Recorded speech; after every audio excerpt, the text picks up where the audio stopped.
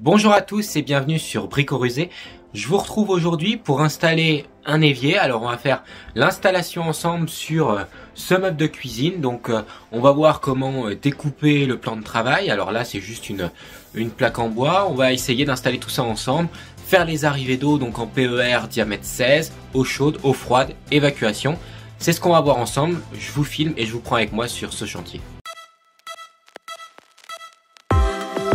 Donc le meuble, c'est un meuble de cuisine vraiment standard, voilà, avec une étagère dedans. Et l'évier, c'est un évier un peu imitation marbre que j'ai eu à Brico Dépôt, donc en super promo. Je voulais un évier inox de base, mais là, l'ensemble avec le kit des évacuations, un mitigeur douchette inclus, ça me revenait à 79 €. Donc j'ai préféré prendre ça. Voilà, donc ça c'est mon plan de travail. Voilà l'avant, voilà l'arrière. Donc on a tracé dimension extérieure de l'évier, dimension intérieure, donc ça c'est la découpe que je vais devoir faire, la dimension intérieure. Comme vous le voyez, le problème c'est qu'il va me rester très peu de bords, donc la plaque risque de pas tenir, donc il faut la renforcer. Alors ça c'est vraiment du bricolage. Là j'ai pris donc une plaque de mélaminé que je suis venu, comme vous le voyez, donc mettre en dessous, comme ça. Et donc là l'intérêt c'est que ça va venir me renforcer mon plan de travail. Alors pourquoi elle est coupée ici? Parce que c'est la dimension de mon meuble, hein, du meuble sur lequel je vais venir la fixer. Et donc clairement j'ai pas le choix pour venir la renforcer. Et devant, donc de ce côté là, je vais venir mettre un morceau de demi-chevron juste ici. On pense à protéger le bas de la scie circulaire avec une mousse parce que sinon ça va venir rayer la surface du plan de travail.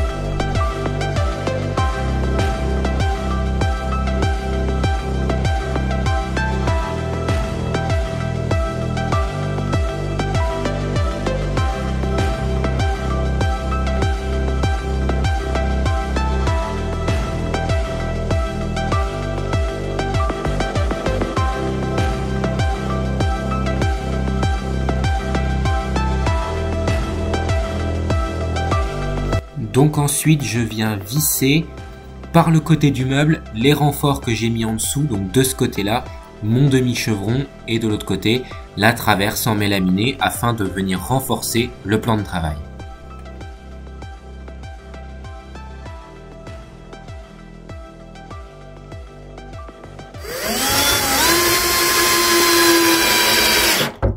Alors comme je vous disais tout à l'heure, cette plaque c'est une plaque de récupération. Elle fait 1 cm.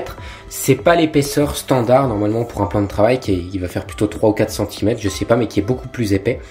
Donc j'avais un problème de fléchissement, c'est-à-dire qu'une fois que j'avais découpé, que j'avais fait ma découpe pour encastrer mon évier, et bien tout simplement le plan de travail était plus assez solide. Donc j'ai dû renforcer, d'où les vis qui sont là, mais finalement je trouve que ça fait un style. Moi ça me plaît bien. Et sinon j'aurais pu faire des fixations en dessous etc, mais c'était pas mon idée.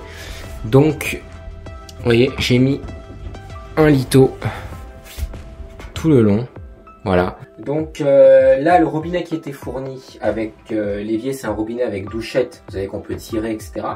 Donc pour l'installer, alors c'est un peu particulier, c'est pas comme un robinet classique, c'est à dire qu'on a un flexible, un peu comme un flexible de douche qui passe dedans. Donc il faut venir passer dans le trou de l'évier en ayant inséré auparavant le joint qui vient faire l'étanchéité donc avec le plan de travail pour pas qu'il y ait de l'eau qui puisse se mettre en dessous. Donc là je le positionne, alors on viendra le positionner mieux après. Je mets le joint et on vient visser une douchette. Là c'est vraiment comme un pommeau de douche, hein, c'est fait de la même manière. Et là voilà le robinet en fait une fois posé. Donc ça c'est les flexibles qui servent d'alimentation au robinet. Donc on a 2 flexibles, un eau chaude, un eau froide. Donc ça vient se visser dans les emplacements prévus à cet effet. Donc là vous avez, donc je sais pas c'est lequel là parce qu'on est à l'inverse, mais un eau chaude, un eau froide. Et celui du milieu, on vient raccorder un 3e flexible qui va en fait venir alimenter bien notre sortie de robinet, puisque là ça fonctionne vraiment comme un mitigeur de douche, hein, c'est-à-dire 2 entrées, une sortie. Voilà.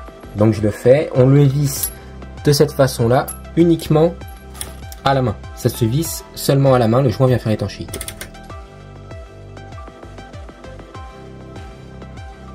Donc on a une pièce métallique, un joint qu'on vient positionner comme ça. Ça va venir en dessous du robinet. Et on vient y passer deux tiges filetées. Moi, je vais le faire sans le joint. Deux tiges filetées comme ça, qui vont venir se visser dans le robinet et le prendre en sandwich sur notre évier. Donc là, je vous retrouve en dessous de l'évier. Donc on a le flexible donc de la petite douchette qui sort ici. Ça, c'est le flexible d'alimentation de cette douchette. Et on a nos deux arrivées eau chaude, eau froide. Donc là, cette partie-là, de toute façon, on va pas pouvoir accorder plus parce que je vais vous montrer maintenant tout ce qui va être donc arrivée d'eau, évacuation d'eau, c'est ce qu'on va faire. Donc on laisse en attente et on viendra fixer donc après avec ces pièces-là, on viendra fixer le robinet après. Mais ça peut être pratique de pouvoir ressortir le robinet, rebouger quand on arrivera avec les évacuations d'eau. Donc pour la partie évacuation de la bonde, je vous montre parce que c'est assez technique. C'est un peu le même système avec le système de trop-plein, etc. qu'un frein de vélo. C'est-à-dire, voilà, on va tourner une molette et ça va venir tirer, actionner un câble pour fermer la bonde. Donc là, il y a un trop-plein sur l'évier. Celui-là, ça va être une évacuation standard avec un tuyau qui va rejoindre le siphon. Là, on va avoir notre bonde. Je l'ai juste posé comme ça. Et ici, il nous reste un trou. Parce qu'on peut mettre le robinet soit devant, soit derrière, en fonction du sens dans lequel on met l'évier. Donc, pour boucher ce trou-là, en fait, on nous fournit un carré. Et ce carré, en fait, c'est tout simplement ce qui va venir actionner eh bien, la fermeture ou l'ouverture de la bonde. Alors, comment ça se passe? Donc là, j'ai ma bonde avec le câble qui dépasse. On vient clipser le câble à l'intérieur. On vient visser comme un... Alors, il faut oui qu'elles soient en position fermée, comme un vélo. Et en fait, quand on va ouvrir ou fermer le carré, je vous montre ici, ça vient monter ou descendre le petit levier, donc monter ou descendre tout simplement la bonde. On va filmer après en dessous de l'évier pour l'installer ensemble. Là, c'est le système, donc ça c'est la bonde principale, hein, la bonde d'évacuation. On pense à mettre le joint dedans, le joint vient en dessous et non pas au-dessus. Et tout simplement dans l'évier, on a la plaque avec une espèce de mousse qui va venir faire un peu la transition entre l'inox et la matière de l'évier. Donc ça, je le mets dans l'évier, c'est tout ce qu'il y aura au-dessus. Hop. Et donc ça, je vais venir le visser par en dessous. Alors, il faut que je prenne ce petit truc qui va venir se mettre dans la bonde et venir visser tout simplement l'évacuation. Donc je le fais.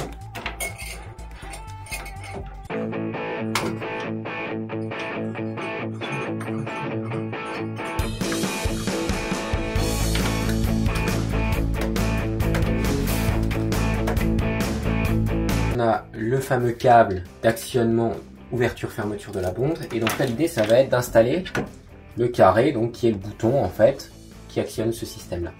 Donc là, il y a un petit joint en dessous que j'ai déjà mis. Le carré, il vient se mettre juste au-dessus. Et après, on prend tout ça. Donc on a l'écrou, un petit adaptateur dans lequel vient se mettre le joint. Et donc ça, on va venir le visser juste en dessous. Hop.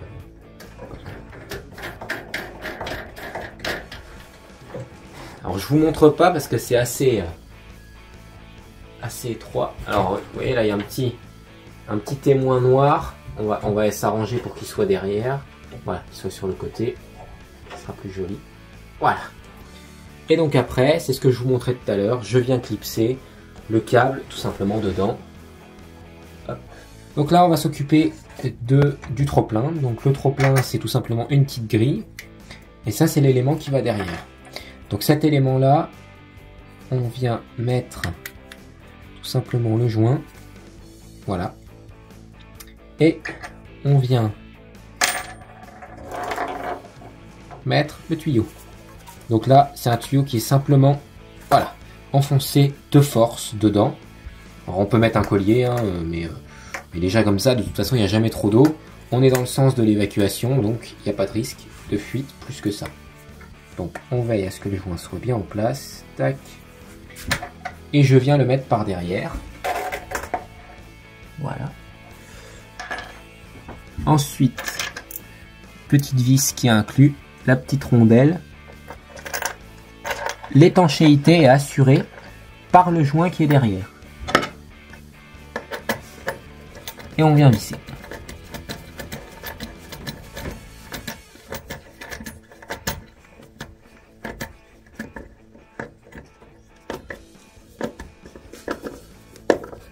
Et voilà.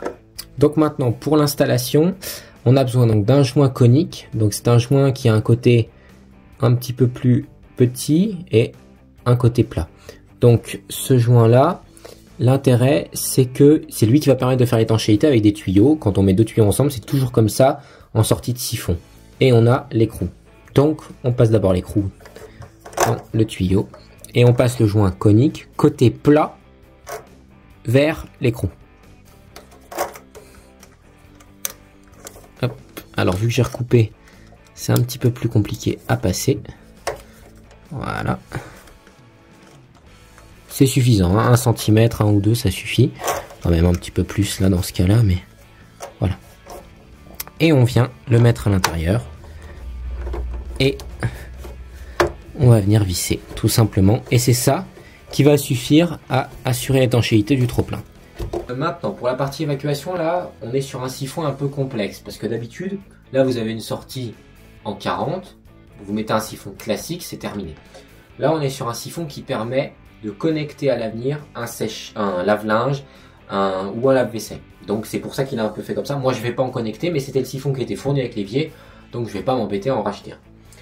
Donc, on a tout d'abord cette pièce-là qui permet de déporter le siphon.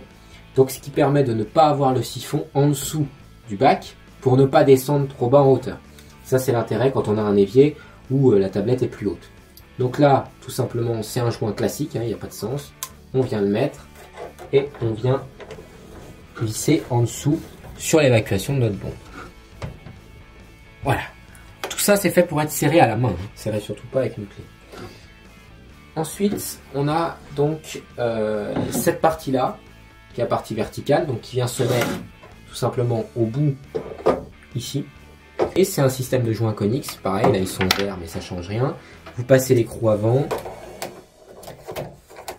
Hop. Et on passe le joint. Ensuite, on vient mettre la pièce en question. Et on vient serrer. Et ça va faire l'étanchéité. Donc là, je ne serre pas à fond parce que je vais installer le dessus. Donc le dessus, c'est la prise pour machine à laver, etc. Vous voyez pas très bien, c'est pas facile de vous montrer dans des conditions comme ça, mais je vous referai un plan après. Donc là, je vais pas l'ouvrir parce que je vais pas brancher pour l'instant de machine à laver. Je la mets au-dessus, c'est pareil, et je viens visser. C'est une matière un petit peu plastique qui vient faire l'étanchéité. Et ensuite, j'installe mon siphon. Donc même système de joint conique. Là, j'ai recoupé au préalable la hauteur parce que ça descendait trop bas. Tout comme on peut recouper cette partie-là pour se positionner bien par rapport à l'évacuation. C'est peut-être ce que je vais faire tout à l'heure. Pour l'instant, je fais un montage à blanc, mais il est possible que je recoupe plus tard. Un joint conique, on passe l'écrou, on passe le joint. Et je viens mettre le siphon. Et voilà. Là, mon évacuation est terminée. Donc j'ai ma sortie de siphon et après j'aurai juste à mettre, ça tombe bien, il me reste un joint conique, un écrou qui vont venir servir à installer mon PVC de 40 qui arrivera pour l'évacuation. Évacuation de l'évier de cuisine en 40, c'est préconisé par rapport à un lave-main parce que vous pouvez avoir des résidus qui sont plus gros, donc il est préférable de mettre une évacuation en 40. Donc là je suis derrière mon meuble avec mes deux arrivées d'eau. J'ai donc tiré deux arrivées en PER, donc que j'ai raccordé avec le raccord qui va bien, voilà. J'ai mes deux arrivées, j'ai mon tuyau d'évacuation que j'ai coupé à la bonne hauteur pour raccorder, et après il ne manquera plus qu'à mettre un coude à 90 et à raccorder l'ensemble. Donc ça y est, je me suis changé entre temps parce que j'ai fait du feu et il fait chaud dans la pièce. Donc voilà, l'évier est installé, tout fonctionne. Donc la douchette, eau froide, eau chaude, voilà, les trop-pleins, etc. Je vous ai passé l'étape où il fallait resserrer le robinet, donc avec les deux tiges qui viennent en dessous qu'il faut serrer pour qu'ils tiennent. Donc après les collages de PVC, j'ai attendu 1 heure environ, hein, c'est ce qui est recommandé. Si on met pas de pression, hein, c'est une évacuation, il n'y a pas de pression. 1 heure d'essayage, ça suffit. Ensuite vous pouvez tester l'écoulement. Tout fonctionne. Donc voilà, j'espère que je vous aurai appris 2-3 choses, ma foi. C'était juste pour vous partager un petit peu l'installation donc de cet évier sur ce meuble de cuisine. Voilà. Eh bien merci d'avoir regardé cette vidéo et à bientôt sur Brico Rusé.